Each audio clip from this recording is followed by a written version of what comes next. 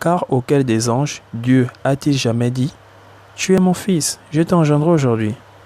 Et encore, je serai pour lui un père, et il sera pour moi un fils. Il faut bien comprendre ce passage-là. Donc, quand Dieu dit, je t'ai engendré aujourd'hui, et tout, il faut bien comprendre ce passage-là. Car auquel des anges Dieu a-t-il jamais dit, tu es mon fils, je t'ai engendré aujourd'hui.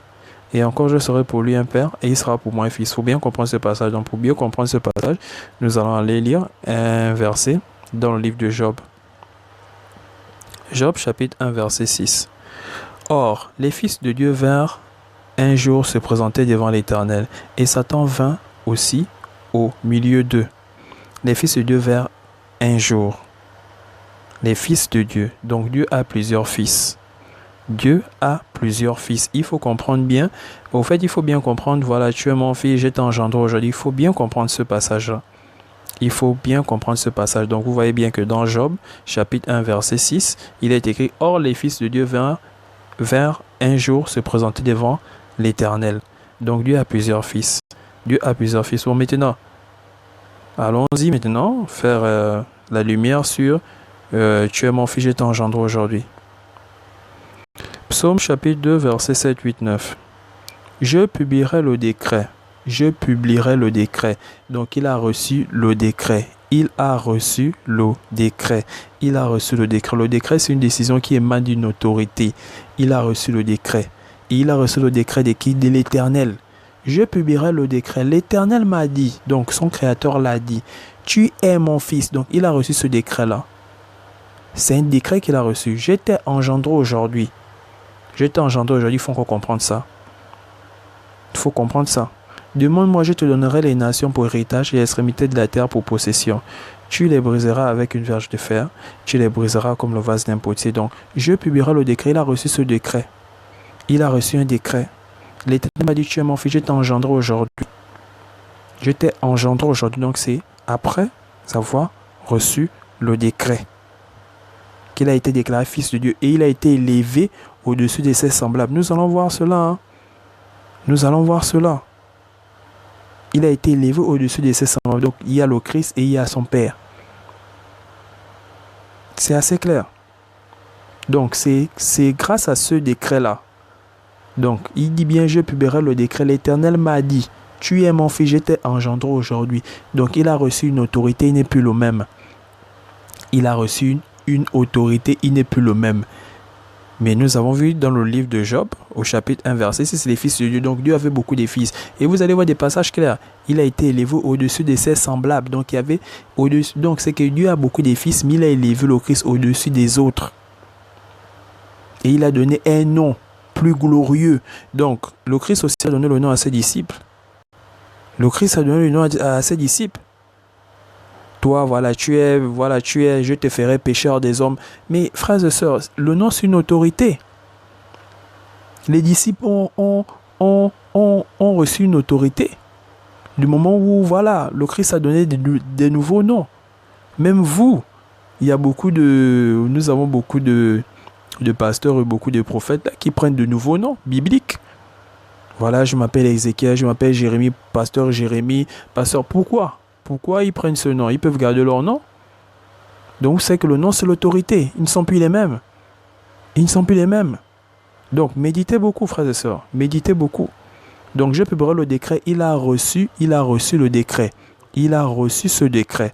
Donc, c'est pas que, voilà, il est fils, voilà, Dieu n'a jamais, Dieu, ou le Christ est le seul fils de Dieu. Non, c'est pas ça. C'est pas que le Christ est le seul fils de Dieu. Dieu a des fils. Mais le Christ a reçu ses décrets. Et quand il a reçu ses décrets, il a reçu une autorité au-dessus de ses semblables. Nous allons voir cela. Donc, j'espère que, voilà, nous étions à Hébreux, chapitre 1, verset 5. Allons-y, continuons. Hébreux, chapitre 1, verset 6, 7.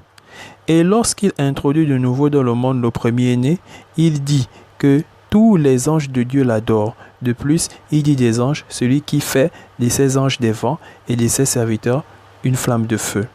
Donc là encore, l'auteur de cet épître va prendre un passage dans l'Ancien Testament. Et ça, c'est bon, il a tiré ça dans l'Ancien Testament. Hein. C'est assez clair. Et il s'adresse aux Hébreux. Continuons. Hébreux chapitre 1, verset 8-9. Mais il a dit au Fils, ton trône, ô Dieu, est éternel. Le sceptre de ton règne est un sceptre d'équité. Tu as aimé la justice et tu as haï l'iniquité. C'est pourquoi, ô Dieu, ton Dieu t'a oint d'une nuit de joie au-dessus de tes égaux. Donc c'est là clair, hein? C'est pourquoi, ô Dieu, ton Dieu t'a oint d'une nuit de joie au-dessus de tes égaux. Donc là, il y a deux dieux. Et voilà, petite anecdote. Donc, je parlais avec un monsieur, donc un monsieur âgé, donc voilà, assez âgé. Et pour lui, voilà, Jésus c'est Dieu, donc la même doctrine de Shora. Et il a dit ce passage, lit. Donc j'ai lu, mais il a dit au Fils, ton Dieu, ô Dieu. Donc après il a calé, il dit non, oui, là, qui dit au Fils, ô Dieu, ton Dieu. Est-ce que vous voyez un peu, frère? Donc pour lui, Jésus-Christ, c'est, voilà, donc comme Shora, hein, qu'il n'y a qu'un seul Dieu, Jésus-Christ, voilà, c'est une manifestation, voilà, c'est Dieu qui joue le rôle. Donc il m'a demandé de lire ce passage, mais il a dit au Fils, ton trône, ô Dieu, est éternel.